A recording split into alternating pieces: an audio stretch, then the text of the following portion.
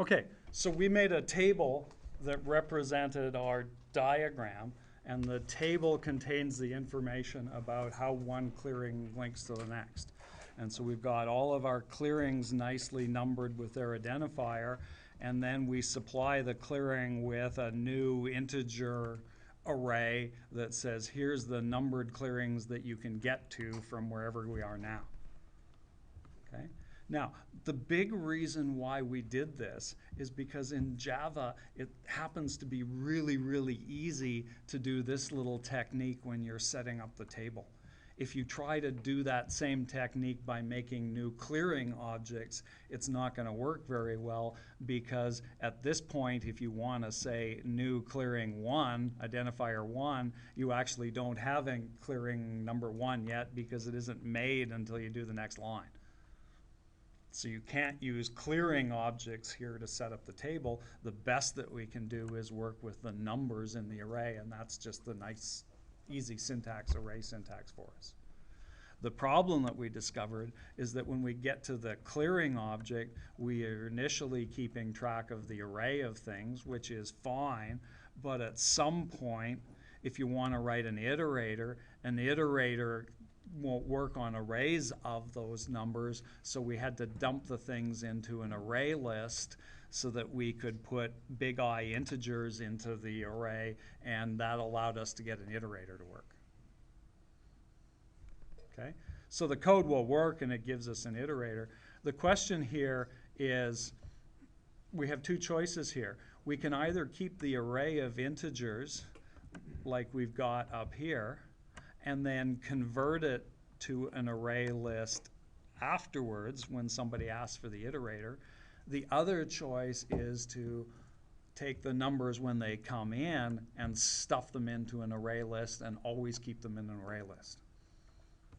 Either way works. So the question is, do you want to make it easier on the back end or the front end for dealing with the clearing?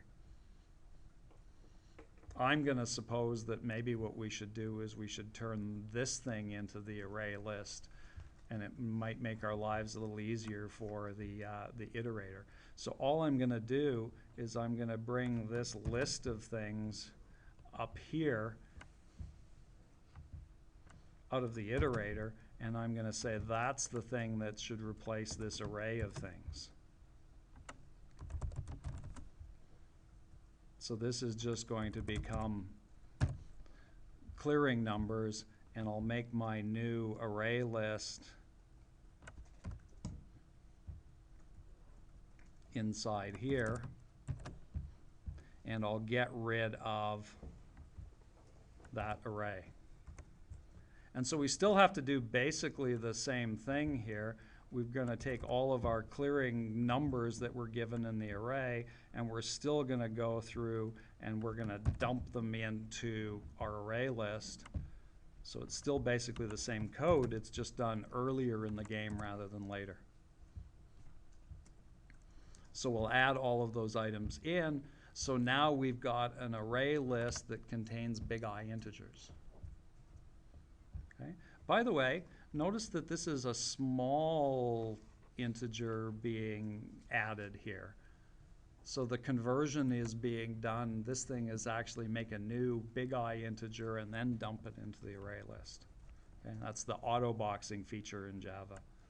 So now this thing becomes really, really easy, because this is just what we're used to for iterators. Just send back the array list iterator and we're done. Okay? So basically the same trick either way. I just made it a little simpler to turn around and deal with array list, hopefully in the future. Okay. So back to the driver program. What we did in the driver program is we started out by saying, first thing we have to do is put beer in the clearing someplace. So we'll put beer in clearing number 9. We'll set up our to-do list to keep track of all of the places we haven't been to yet. And we'll initialize the to-do list by putting the very first place that we want to start looking at as the only thing that we have to do.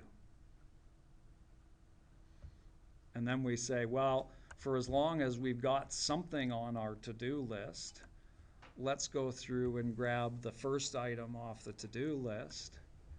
If it has beer, we're basically done. If it doesn't have beer, then I guess what we're going to have to do is take all of the other places that we can get to and dump them onto our to-do list. So this is the current place that we're at. Take all of the items that we find from there and dump them onto our to-do list. And we wrote a method, we started to write a method to do that. Take all of the places we can get to from number 0, add them to the to-do list. So how are we going to do that now? Two variables we've got are the current item that we're dealing with, and you can think of that as being the first item on the to-do list, the 0, and then there's the to-do list where we can add or remove items from.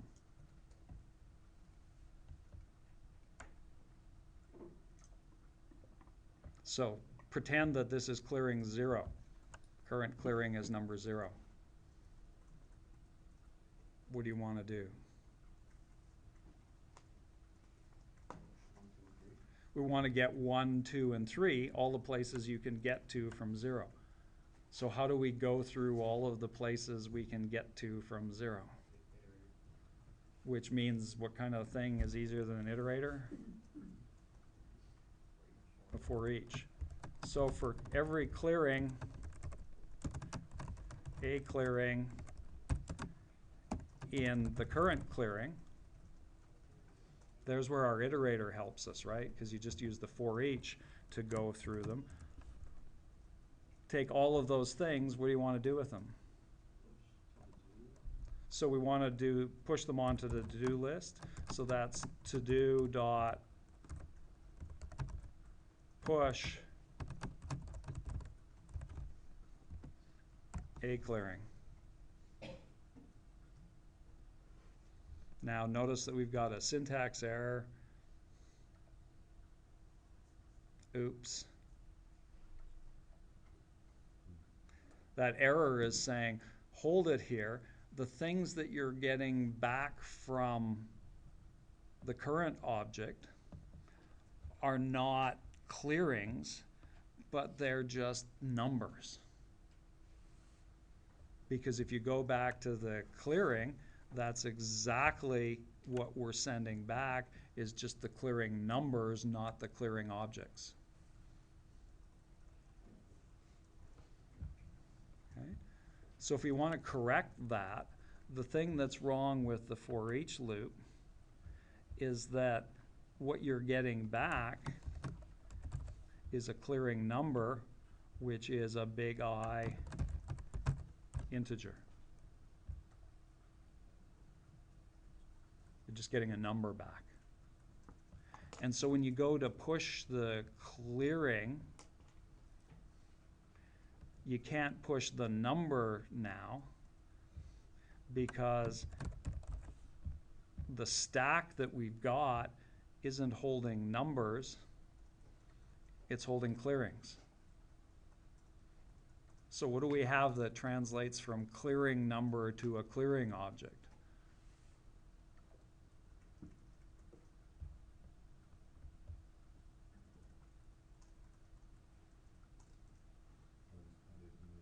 Here's a table or an array that translates from clearing numbers 0, position 0, 1, 2, 3, into whatever clearing object we're interested in with the same identifier.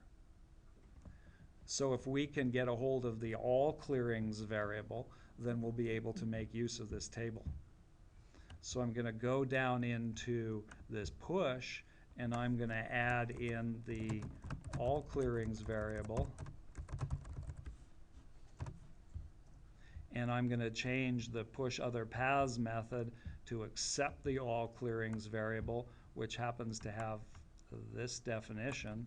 So I'm going to copy that definition, and I'm going to add it as a parameter to push all paths so that we can make use of it.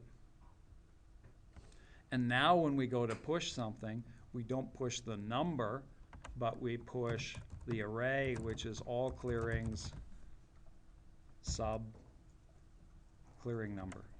I spell all clearings correctly.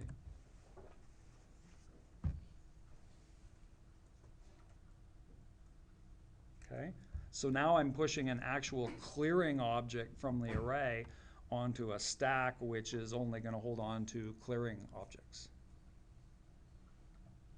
Okay, so you got to get the trick right of, oh, I'm dealing with numbers at some point versus, oh, here I'm dealing with actual clearing objects that are going onto the stack. Okay, and the compiler will help you get that right if you do it in the right order, the order that I did it in, because it'll help you go, oh no, you can't use an integer there, or it's giving you an integer, not a clearing. Okay, need to make that an integer. Now how do I get a clearing when I want to put it onto the stack? Okay, so now the code, if we ignore our little subroutine and go back and look at this stuff, there's the majority of the code. What does the code say? It says, oh, let's go grab, if we've got anything on the to-do list at all. Oh, we do. We've got the number 0 on. What are we going to do with that thing? We're going to go pop it off the stack and remember it. Then we're going to go say, any beer there? No. If there's no beer there, we fall through and say, let's just push all of the things that we can get to onto the stack, which is the 1, the 2, and the 3. And then the loop starts over. Let's go grab the number 3 item off the stack. Let's check it for beer. No beer there. Where can we get to from 3? Put those things onto the stack.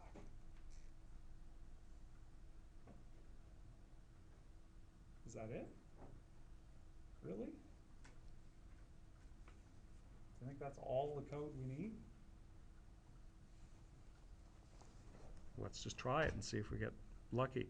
We've got beer at position 9, and we've got a check in here to say if we ever encounter it, and we've got something that says done if we get all the way through the loop.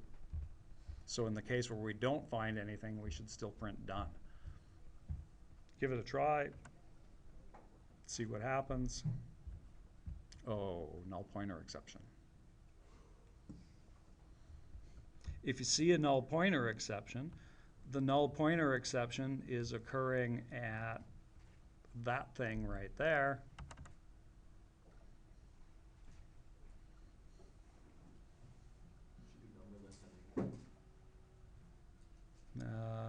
In clearing numbers, you got it number list. The only way you can get a null pointer exception here, in this case, is if it's trying to talk to the iterator for this thing and there's nothing there. And there's nothing there because it's number list we should be using. So the number list actually has the numbers on it. Okay. Give it another try. Run the driver. Oh, another null pointer exception. In this case, we get a null pointer exception with the iterator at line 37 when we try to push all of the other paths on. Okay, so let's just go look at this line as the one that's giving us the null pointer exception. Why would that get a null pointer exception?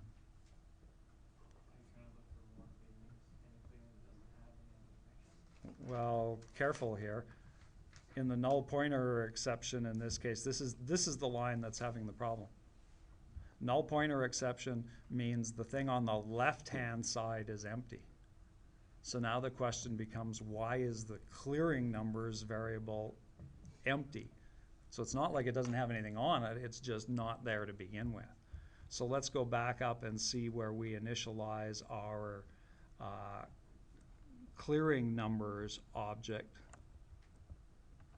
There's our clearing numbers, make a new array list, dump the things onto the list.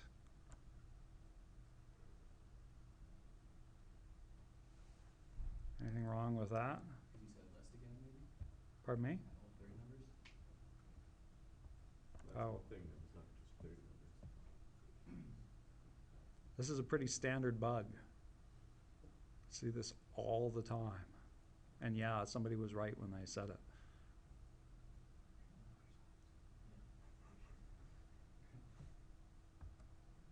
I'm not totally sure, but I'm a little confused about what's going on here. Where's number list? Number list is right there. It's a parameter that's passed in. Oh, okay. And the other thing I'm confused about is all clearing numbers. This is a constructor, right? Of the clearing. This is a constructor, and it's going to make a new array list in order to hold on to things. Okay, but it's not, that array list is not something that was previously declared. Well, it was. That's part of the problem. It's declared in two places. And one's named Uh, all clearing numbers, one's named. Oh, okay. So this one should be clearing numbers, right? We don't need two of them. We just need one of them. So that's the joy of the bad news of cutting and pasting from the other version. I didn't get it quite right. So that's why it was empty. The other one was empty because I was using a different variable and stuffing them onto a different variable and then throwing it away.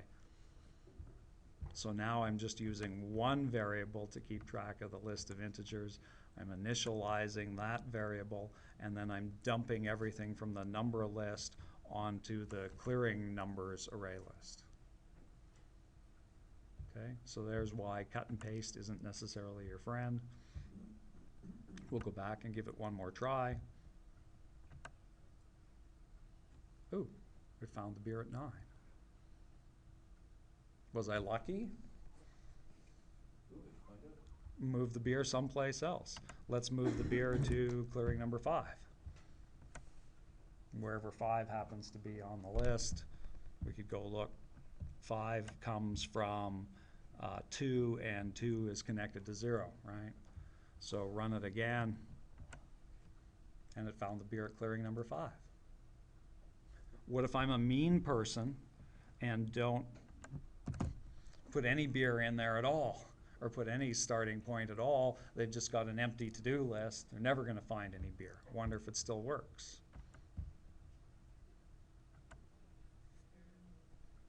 Didn't die, it just says didn't find anything.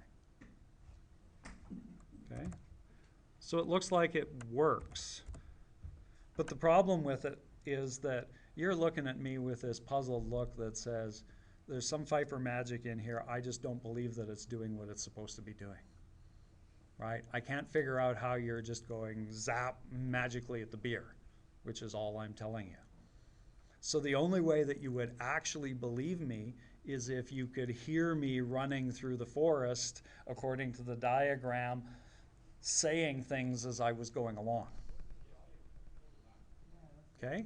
So let's add some saying into this just so that you can see whether or not I'm doing what I think I'm supposed to be doing. So the first thing that I should be saying to you when I start out at 0 is I should be saying did or didn't find any beer, and then I should be saying, oh, okay, now I'm moving on to a different place to look. So at the very least, I should be telling you each one of the nodes that I'm looking at, each one of the places in the forest I'm looking at. So where in the code do we go and look at a new place? Which specific part of the code goes and grabs a new place to look at? The pop. So this is the point where we've got something off our to-do list. So let's put a print statement in there. Since this is a main program, I can do that. Oops.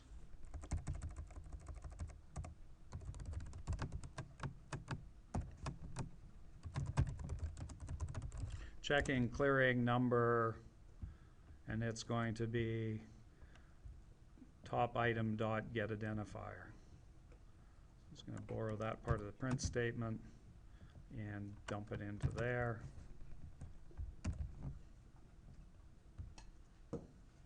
Okay, so I'm just going to try to provide you with a little more information about what clearing numbers I'm actually checking, and run it.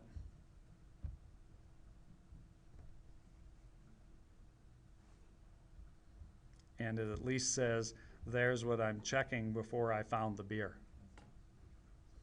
just out of interest sake, let's make sure that I've got the same table here. I think I've changed it since then. 0 goes to 1, 2, and 3. 1 goes to 4. 2 goes to 5.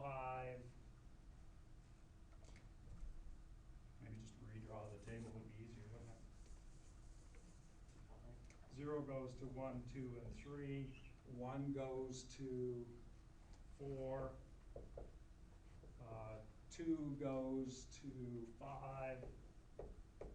3 goes to 6. 4 goes to 7 and 8. 5 goes to 9 and 10. And we put the beer at clearing number 9.